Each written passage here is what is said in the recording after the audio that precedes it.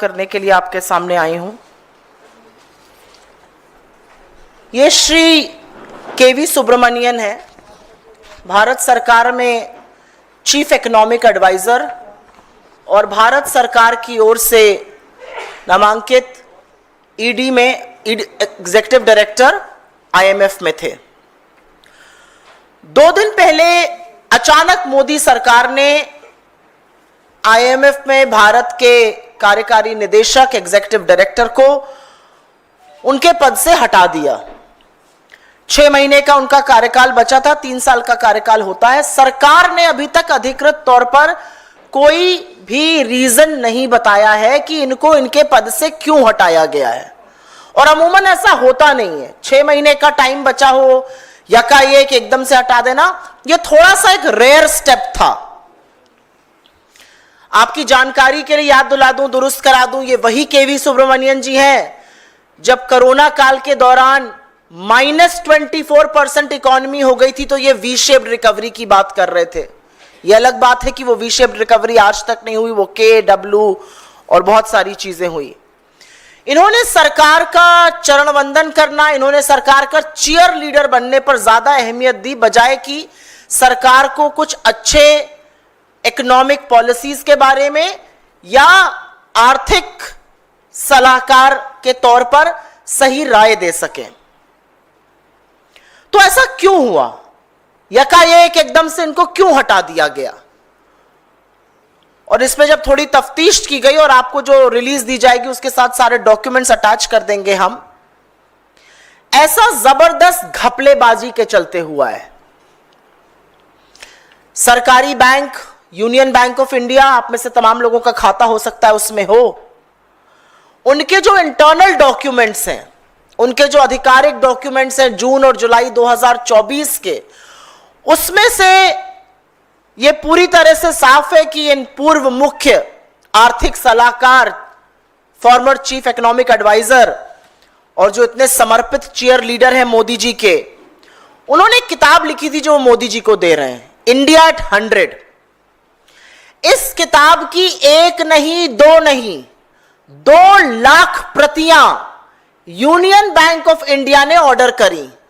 2 lakh copies India at 100 जो कि वो सौंप रहे मोदी जी को, इसकी यूनियन बैंक ने 2 लाख प्रतियां ऑर्डर करी और इसका कुल खर्च करीब करीब 7 करोड़ 25 लाख रुपए था।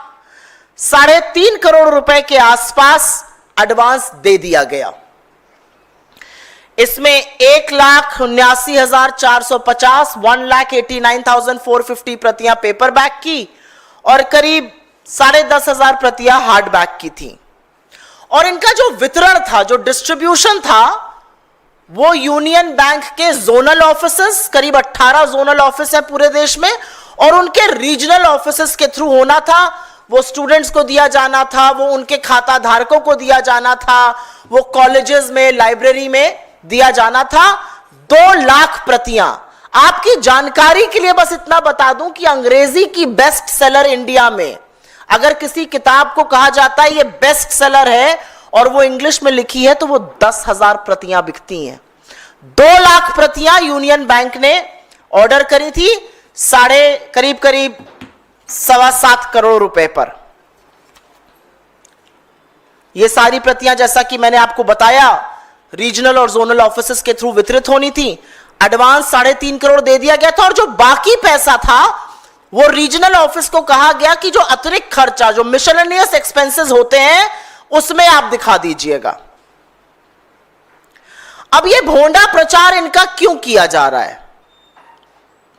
क्योंकि इन्होंने सरकार की लगातार गलत आर्थिक नीतियों का समर्थन किया है, उसको सही ठहराया है, और बड़े ही बेहयाई से पहली की सरकारों को गलत बताया है, उनकी आर्थिक नीतियों पर जबरदस्ती की तीखा टिप्पणी की है।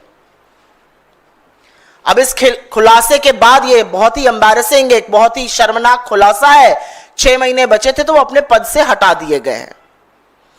ये मोदी जी के बड़े जाने माने भक्त हैं। आपको याद होगा 2019-20 का वो इकोनॉमिक सर्वे जहां पर थालीनॉमिक्स की चर्चा हुई थी। अब इनको कौन समझाए कि 52% दाम तो एक थाली का जो सिर्फ वेजिटेरियन है उसका बढ़ गया है। और जब यह देश बेरोजगारी से और महंगाई से जूझ रहा था तो सरकार, सरकारी बैंक मोदी के चरण वंदन को सही ठहराने के लिए इनकी 2 लाख कॉपीज खरीदी जा रही थी। 7 करोड़ से ज्यादा खर्च हो रहा था। अब इससे कुछ सवाल उठते हैं और वो सवाल आपके माध्यम से इस देश की सरकार से, इस देश के एक सरकारी बैंक से जो कि सरकार के अधीन है, इस देश के वित्त मंत्रालय से पूछने जरूरी हैं। क्या यह सच नहीं है कि यूनियन बैंक ऑफ इंडिया ने 2 लाख प्रतियां खरीदी? क्या यूनियन बैंक ऑफ इंडिया ने अपने बोर्ड ऑफ डायरेक्टर्स से यह पैसा, यह खर्च अप्रूव कराया था? क्या यूनियन बैंक ऑफ इंडिया ने अपने रीजनल ऑफिसेस को कहा कि आप यह पैसा अपने मिसलेनियस खर्चे में डाल दीजिए? क्या यूनियन बैंक ऑफ इंडिया ने ऐसा करते वक्त डिपार्टमेंट ऑफ फाइनेंशियल सर्विसेज, जो फाइनेंस मिनिस्ट्री का एक डिपार्टमेंट है, उसका अनुमति ली थी? क्या उनके पास बोर्ड का अप्रूवल था? यह हमारा पहला सवाल है।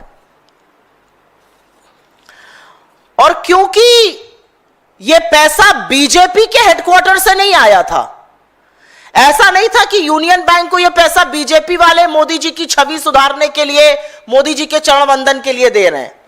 यह पैसा इस देश का पब्लिक फंड है, आपका, हमारा, जनता का पैसा है, क्योंकि यह सार्वजनिक बैंक है। तो इसका दुरुपयोग क्यों किया गया और क्या जो धारक करता होते हैं, जो डिपॉजिटर्स हैं, जो जमा करता है, उनको इस बारे में जानकारी थी? और क्या यह जिम्मेदारी नहीं थी बैंक की, अंडर द फिड्यूशरी रिस्पॉन्सिबिलिटी, कि वो ऐसा ना करें, लोगों के पैसे को सुरक्षित रखें? तीसरा सवाल, क्या वित्त मंत्रालय ने इस बात की जांच की है कि इतनी बेशर्मी से यह कॉन्फ्लिक्ट ऑफ इंटरेस्ट कैसे हुआ? और सिर्फ क्योंकि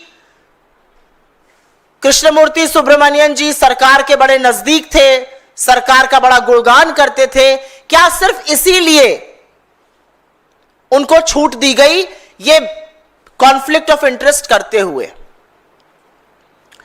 इसके अलावा एक और आरोप लग रहा है और यह बहुत संगीन आरोप है।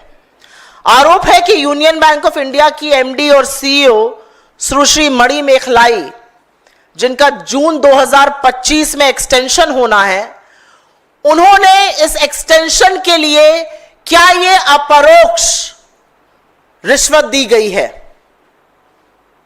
क्या उनके जानकारी में यह सब हुआ है? क्योंकि जितनी ज्यादा किताबें बिकेंगी उतनी ज्यादा रॉयल्टी राइटर को मिलती है। इसके बिकने से करीब 90-92 लाख रुपए की उनको रॉयल्टी मिलती।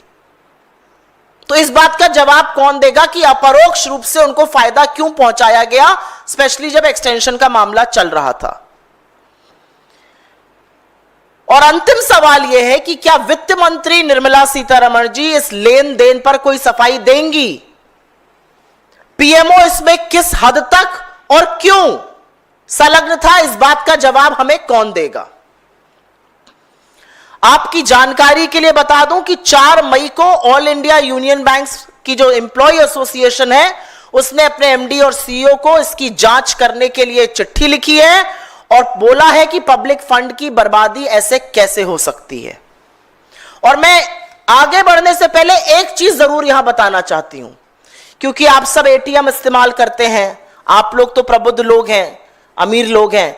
इस देश के बहुत सारे ऐसे लोग हैं जो मिनिमम बैलेंस नहीं रिटेन कर पाते हैं, जो 5,000 10,000 जो मिनिमम बैलेंस होता है वो नहीं रख पाते हैं। उनके लिए 2 जून की रोटी इकट्ठा करना इस समय मुश्किल है। सरकारी बैंकों ने, क्योंकि ये दिखाता है कि पहुंच वाले लोगों के लिए, चरण वंदन करने वाले लोगों के लिए, केवी सुब्रमण्यन जैसे लोगों के लिए क्या रुख है, अडानी जी के लिए क्या रुख है और आम जनता के लिए क्या रुख है। 2023-24 में सरकारी बैंकों ने करीब करीब 2,300 करोड़ रुपए इकट्ठा किए, सिर्फ और सिर्फ मिनिमम बैलेंस पे पेनल्टी लगाकर, और उसमें इसी यूनियन बैंक ने 126 करोड़ रुपए इकट्ठा किए। ये वो 2 आंखें हैं, एक जिनकी आंखों की पुतली केवी सुब्रमण्यन जैसे लोग हैं, अडानी जैसे लोग हैं, और दूसरी वो आंख जिसमें देश की जनता है और उनसे वसूली की जाती है, उन पर डाका डाला जाता है। आपको याद होगा, और ये अंतिम बात कहकर अपनी बात खत्म करती हूं, आपको याद होगा दिसंबर 2024 में नेता विपक्ष श्री राहुल गांधी जी ने ट्वीट किया था और कहा था कि मोदी सरकार ने सार्वजनिक क्षेत्र के बैंकों को जनता की जीवन रेखा जो है उनको केवल अमीर और शक्तिशाली लोगों के लिए पालतू साहूकार बनाकर रख दिया है। मेरा मानना है, हम सबका मानना है, उन्होंने बिल्कुल सही कहा था। यह 100% सच बात है, क्योंकि ऐसे तमाम उदाहरण हैं। केवी सुब्रमण्यन एक उदाहरण है जिनका जबरदस्त कॉन्फ्लिक्ट ऑफ इंटरेस्ट, वो चीफ इकोनॉमिक एडवाइजर, वो आईएमएफ में एग्जीक्यूटिव डायरेक्टर, उनकी किताबें सरकारी बैंक खरीदकर 1 नहीं 2 नहीं 2-2 लाख प्रतियां खरीदकर वितरण करवा रहा है। पैसा उनकी जेब में जाएगा क्योंकि रॉयल्टी उनको मिलेगी। ऐसे तमाम उदाहरण हैं। जो सरकार की बातें करेगा, जो उनका भोपू बनेगा, वो तमाम सलाहकारों पदों पर, तमाम भक्त जो हैं वो महत्वपूर्ण पदों पर बिठाए जाएंगे। आरएसएस के तमाम विचारक बड़े बड़े पदों पर आसीन किए जाएंगे। और यह सच है कि मोदी जी ने पिछले 11 साल में अपनी छवि चमकाने वालों को, अपना चरण वंदन करने वालों की एक भक्तों की और एक ट्रोलों की मंडली बनाई है, और उनको इसी तरह से फायदा पहुंचाया जाता है। असलियत यह है कि चाहे वो राष्ट्रमित अडानी हो या आर्थिक तर्क ना देने वाले, मोदी जी के मन की बात करने वाले केवी सुब्रमण्यन हो, उन सब के लिए नए भारत में अमृतकाल में भ्रष्टाचार के नए आयाम लिखे जा रहे हैं। लेकिन क्योंकि आईएमएफ की बात कर रही हूं, एक अंतिम बात यहां पर करनी जरूरी है, आईएमएफ से रिलेटेड है। पाकिस्तान ने आईएमएफ से करीब 1 अरब से ऊपर का डॉलर का कर्ज मांगा, 1.3 अरब डॉलर का कर्ज मांगा। कांग्रेस ने 29 अप्रैल को ही यह कहा था, जयराम रमेश जी ने ट्वीट किया था, स्टेटमेंट दिया था और कहा था कि भारत सरकार को इसका कड़ा विरोध करना चाहिए। खबरें हैं कि आईएमएफ से पाकिस्तान के कर्ज और फंडिंग की समीक्षा की हमने जो मांग की थी वो भारत सरकार जरूर उठाए, और पाकिस्तान जो भारत विरोधी ताकतों को पनाह देता है, जो आतंकियों को शरण देता है, जो भारत विरोधी गतिविधियों में संलग्न रहता है, उसको यह लोन किसी भी तौर पर ना मिले। 1.3 बिलियन डॉलर का यह लोन। मैं just for the benefit of the non-Hindi speakers, I will make a very brief statement in English on the same matter. This is KV Subramanian, the former chief economic advisor in the government of India. He was India's representative as the executive director at the IMF. About 2 days back, his tenure was abruptly cut short. He was terminated. His tenure was terminated 6 months before it was going to end. And the government has given no possible explanation whatsoever that why was his tenure prematurely terminated. You must remember, he's the same man who, when the economy shrunk by over 24% during COVID, was talking about a V-shaped recovery, one that never happened. Now it comes to light in a very, and we are speaking on the basis of documents that we have seen and documents that we will be sharing with you. It has now come to light that a public sector bank, the Union Bank of India, was made to buy 2 lakh copies of his book, India at 100, one that he's seen here presenting to Mr. Modi, at a cost of 7 crore 25 lakh rupees. 3.5 crore of which was already paid in advance. These copies were to be distributed by the zonal and the regional offices of the Union Bank of India. The regional offices were told, because 3.5 crore had already been paid, the rest of the money should be listed under the miscellaneous expenses of the bank's regional offices. These were supposed to be distributed to students, to deposit holders, to colleges, to libraries. Why on earth was Union Bank of India incurring this cost is something that remains unexplained. The reality is that the cost of this blatant propaganda was not borne by the BJP coffers. It was coming from the tax-paying citizens of this country. It was coming from the common people of this country. It was coming from the deposit holders of the Union Bank of India. And which is perhaps why an embarrassed government had no choice but to terminate him as the IMF executive director 6 months before his term was to end. You must remember here that he's the same person who in 2019-20's economic survey spoke about Thalinomics, doesn't spare a word about how prices of food expenses have gone up by 52%, and at a time when India was struggling and reeling under high prices and unemployment, the government and a public sector bank was busy buying books to the tune of 2 lakh copies. The English bestsellers in India are the ones that sell 10,000 copies. So you can understand the amount of royalty he would have collected, and which is why some very important questions need to be raised about this wasteful expenditure. Did Union Bank of India take prior permission of its board to buy 2 lakh copies? Did it have a prior approval of the Department of Financial Services? What is the intended purpose of buying these books and distributing them through regional and zonal offices, other than the fact that he was a big cheerleader of Mr. Modi and this was a way to compensate him for God alone knows what favors? Has the Finance Ministry investigated how could something as blatant as this conflict of interest go through, and how involved was the PMO in this whole affair? There's one very important point here. The MD and CEO of Union Bank, Ms. Mani Mekhalai, is due for an extension in June 2025. Was she involved with the decision to procure these copies? Did she approve the procurement of these copies? And was this a way to compensate through the way of royalties, Mr. KV Subramanian? And last but not the least, what is the Finance Ministry doing to probe the blatant misuse of public funds, funds of depositors, funds of common Indians?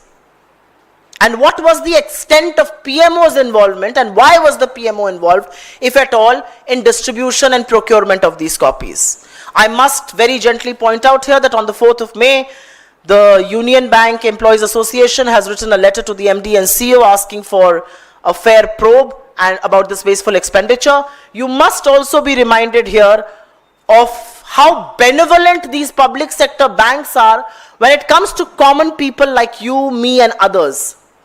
The reality is that these public sector banks in 2023-24 have collected over 2,300 crore rupees in penalty for not being able to maintain minimum balance.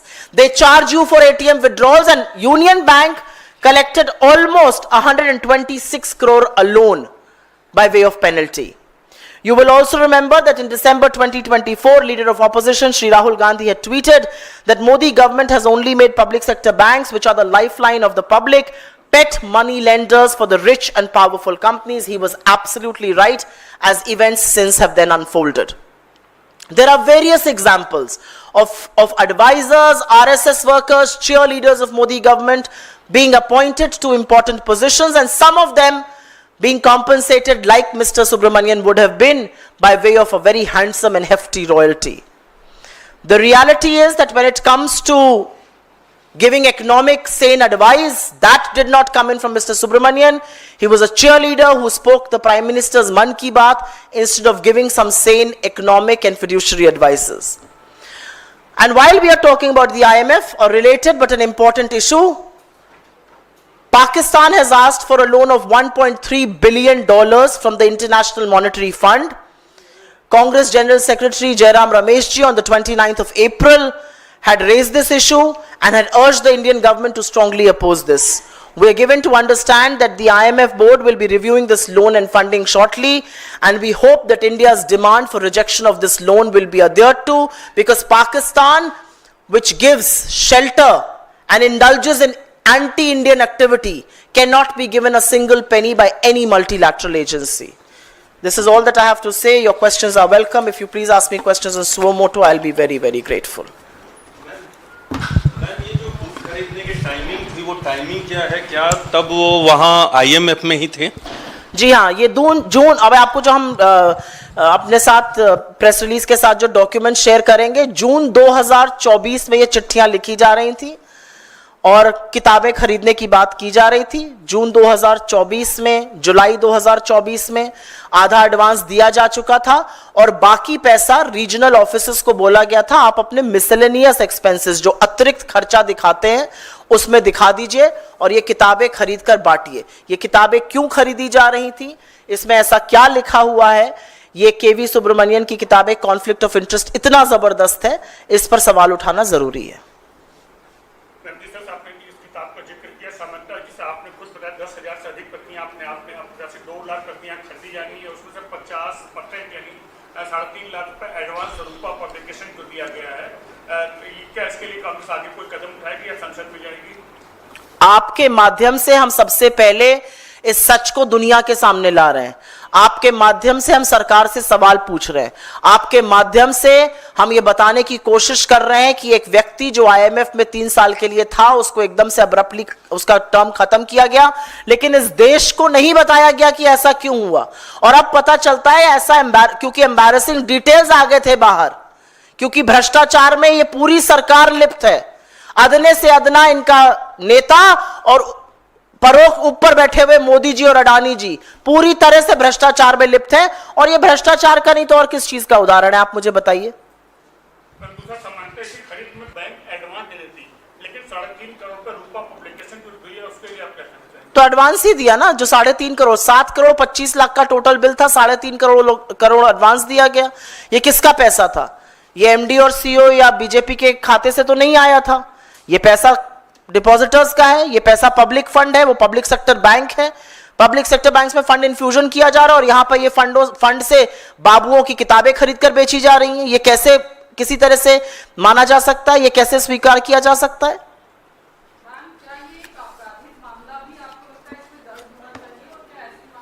I do believe, मुझे ऐसा लगता है कि वित्त मंत्रालय इस पर चुप नहीं रह सकता है। डिपार्टमेंट ऑफ फाइनेंशियल सर्विसेज जो उसका एक डिपार्टमेंट है, जैसे कि डिपार्टमेंट ऑफ इकोनॉमिक अफेयर्स होता है, रेवेन्यू होता है, एक्सपेंडिचर होता है, वैसे डीएफएस उसका जो बैंकिंग डिवीजन है उसको इस मामले में प्रोब करनी चाहिए, जांच करनी चाहिए और सार्वजनिक करना चाहिए कि क्या ऐसी कोई जांच की गई। इतनी बड़ी बात हुई है, आपने उनका टर्मिनेट किया है 6 महीने पहले, आप इस देश को क्यों नहीं बताते कि आपको जांच में और क्या पता चला? अभी तो यूनियन बैंक की बात पता चली है, हमें क्या पता और बैंक भी ये कर रहे थे। ये जांच तो सिर्फ सरकार कर सकती है, ये जांच विपक्ष तो नहीं कर सकता है, ना हम कर सकते हैं बैठकर यहां से। ये जांच सरकार कर सकती है और सरकार को बताना पड़ेगा, क्योंकि ये सब लिस्टेड कंपनीज हैं, यहां पर टैक्स पेयर्स का फंड है, ये पब्लिक फंड है। यहां पर जो अगर कैपिटल इन्फ्यूजन होता है पब्लिक सेक्टर बैंक्स का, तो वो कंसोलिडेटेड फंड ऑफ इंडिया से होता है। तो ये एक एक पैसा, एक एक पाई का हिसाब देना होगा, और बजाय हिसाब देने के सरकार ने चुपचाप से उनका टर्म खत्म कर दिया। टर्म बाद में खत्म करिए आप पहले ये बताइए हमें कि असलियत क्या है, कितना भ्रष्टाचार हुआ है और कितने बैंकों ने किताबें खरीदी हैं। अभी मामला सिर्फ यूनियन बैंक का सामने आया, क्योंकि दस्तावेज थे इसलिए हम उसका नाम लेके बोल रहे हैं। मैम, आपने कहा कि इसके अलावा भी ना जाने कौन कौन से बैंक्स में ऐसा हुआ होगा। आप चाहेंगी कि सरकार कोई पॉलिसी बनाए, कुछ चेक्स एंड बैलेंसेस लेकर आए, ताकि जो पब्लिक फंड्स हैं वो मिसयूज ना हो सके? मुझे लगता है ये बहुत बड़ा कॉन्फ्लिक्ट ऑफ इंटरेस्ट है। मुझे लगता है कि अभी तक हम राष्ट्रमित अडानी और नेताओं का देख रहे थे, अब बाबुओं का भी देख रहे हैं। बाबू लोग भी अपनी किताबें छपवा रहे हैं और किताबें छपवाकर उसी सरकार को बेची जा रही है। वो सरकार फ्री में लोगों को बांटेगी, रॉयल्टी कोई वो गवर्नमेंट ऑफ इंडिया को तो देंगे नहीं। वो ये तो नहीं कहेंगे कि बेरोजगारों के खातों में पैसे डाल दो, महिलाओं के खाते में पैसे डाल दो, पीड़ितों को पैसे दे दो, किसानों की एमएसपी कर दो। इसके लिए तो पैसा नहीं, पैसा तो उनके बटुए में जा रहा है। रॉयल्टी जब आएगी तो वो तो केवी सुब्रमण्यन के पास जा रही है। केवी सुब्रमण्यम एक नया पैसा तो आपको नहीं दे रहे हैं और ना इस देश की जनता को दे रहे हैं। तो बिल्कुल सरकार को एक चेक्स एंड बैलेंसेस, जिस तरह से इस किसी भी चीज का मिसयूज ना हो सके, क्योंकि हमें तो एक बाबू का पता चला है, कितने बाबुओं ने काम किया हमें क्या पता। आजकल बड़ा ट्रेंड भी है ना मोदी जी के चरण वंदन में किताबें लिखने का, पता नहीं वो चरण वंदन वाली किताबें कहां कहां खरीदी जाती हैं, कौन कौन खरीदता है, कितने पैसे से खरीदी जाती है। इसके तो साक्ष्य मौजूद थे और सरकार के सामने साक्ष्य आ गए थे, सार्वजनिक हो गई थी ये चीजें, इसलिए सरकार को एक्शन लेना पड़ा। कोई और सवाल? या on what? Ma'am, today Congress President Mr. Mallikarjun Kharge has given a big statement saying that there were intel inputs to the Prime Minister, and that's the reason why he has cancelled his visit to Jammu Kashmir. Now the BJP is saying that these are all the baseless allegations, and if it will be proven wrong, then he should give an apology to the country. सर्वप्रथम तो मैं पहलगाम आतंकी हमले के बारे में यह कहना चाहती हूं कि आज 14 से 15 दिन हो गए और मुझे इस बात का दुख है कि शहीद के परिवार के साथ, शहीद की पत्नी के साथ भेड़िए की खाल ओढ़कर लोगों ने क्या क्या किया। नेता प्रतिपक्ष राहुल गांधी जी आज करनाल गए और शहीद विनय नरवाल जी के परिवार से, उनकी पत्नी से मिले, उनको ढांढस बंधाया, उनको विश्वास दिलाया कि यह देश उनके साथ है। इससे पहले वो शहीद शुभम द्विवेदी जी के परिवार से भी मिले थे। इसके पहले वो कश्मीर भी गए थे और वहां पर घायलों से अस्पताल में मिले थे और लोकल लोगों से मिलकर उनकी समस्या, उनका दर्द समझा था और उनको भी हिम्मत दिलाई थी। श्री मल्लिकार्जुन खड़गे जी जो हमारे अध्यक्ष हैं, उन्होंने वही कहा है जो सरकार ने कहा है। सर्वदलीय बैठक में सरकार ने माना था कि चूक हुई है। 14 दिन हो गए, ये पूरा देश आक्रोशित है, उद्वेलित है और देश चाहता है कि ऐसा सबक सिखाया जाए देश विरोधी ताकतों को कि उनकी रूह कांप जाए। मुझे लगता है जो खड़गे जी कह रहे हैं वो देश की अभिलाषा है। कल आपके जैसे प्रबुद्ध पत्रकारों ने तमाम टीवी चैनल और अखबार में यह खबर छापी थी कि सुरक्षा के लोगों ने बताया इंटेल थी। यही तो बोल रहे हैं खड़गे जी।